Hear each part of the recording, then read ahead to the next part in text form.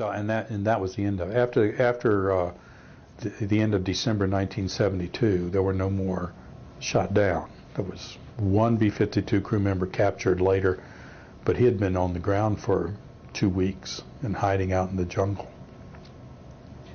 And so how long were you in captivity? When was your release date? 29th of March, so it was 100 days. Which was another one of those cliches. I was on my 100th mission when I was shot down. Spent 100 days in prison. We were shot down at 13:13 Greenwich Mean Time. It was just weird stuff. That's awesome. And was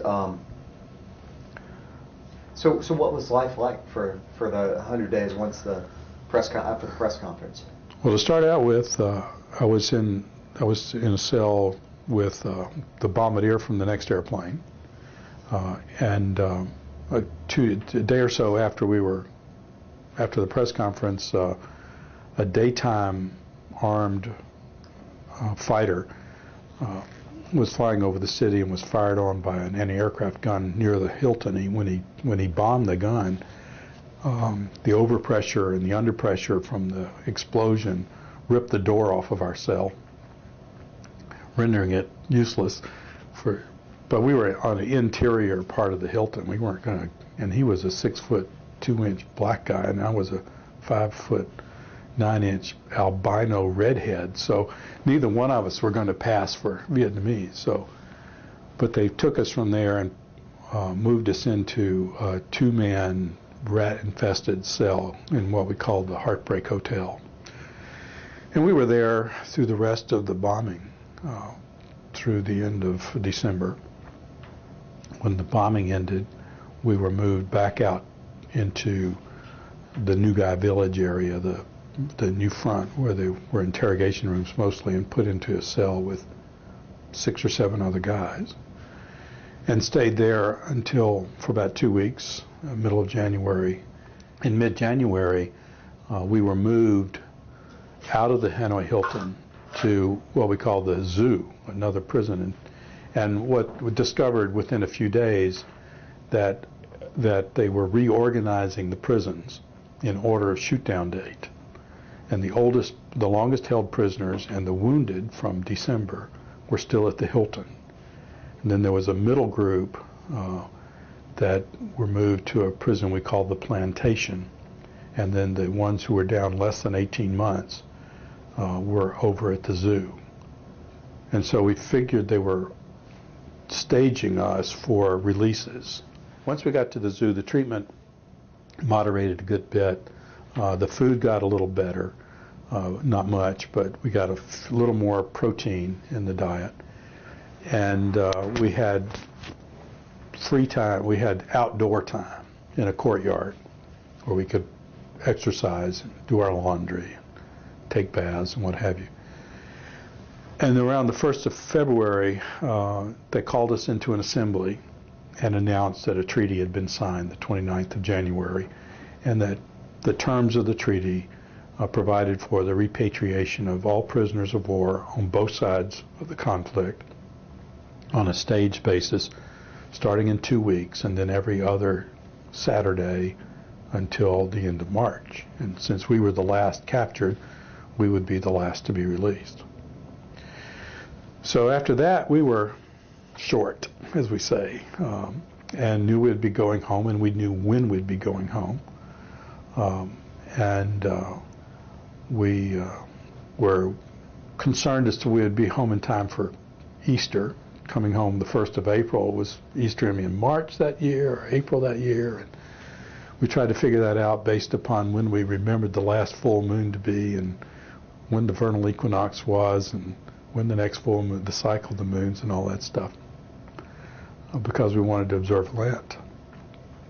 But at one point, one of my cellmates received an Episcopal Book of Common Prayer in a package from home, and we were able to look it up.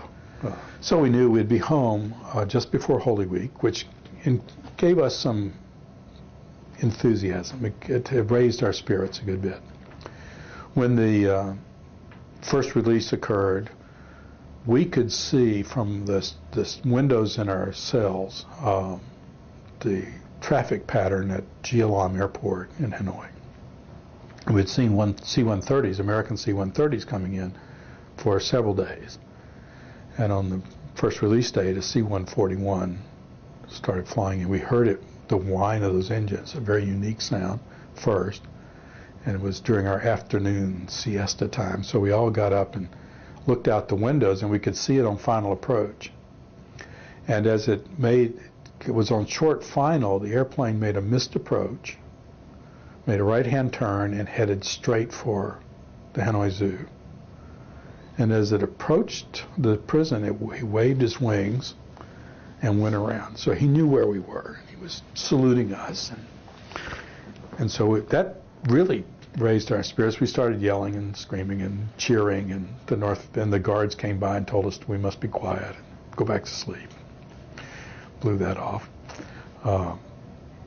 And so we knew that the first guys were going home, and that was good. 2 weeks later, the airplane didn't come, which was very depressing. And then that was a Saturday. I think it was Sunday. The North Vietnamese told us that the repatriations had been suspended because the Americans had broken the agreement to sweep the mines out of Haiphong Harbor. We figured that was a lie, but what had happened was the North Vietnamese, who were holding some prisoners that had been captured in Laos, were not going to release them. We're going to send them back to Laos. And Kissinger at the table told them they either release those guys or the bombing would start again. And so by Monday that was resolved, and the airplane came in on Monday and took the second group out. 2 weeks later, the third group went out, and then it was our turn. Half our camp was emptied out on the 24th, the 28th of March, and we came out on the 29th. So tell me about the release. Well, to start with, they before the releases, they fitted us with clothes, civilian clothes, looked like Air Force uniforms, dark blue slacks, light blue shirt, shoes, socks, belt, all that stuff we had not had since we were captured. And so the day before, there was a little hubbub around the camp, and we got the word through our comm system, our clandestine comm system, that the International Press Corps was in town and they would be coming by. And so we were thinking, okay, our policy was not to let our pictures be taken in prison. But they came by and they cut the locks off the back door of these cells, and so they couldn't be locked up, and they opened the shutters that had been nailed shut.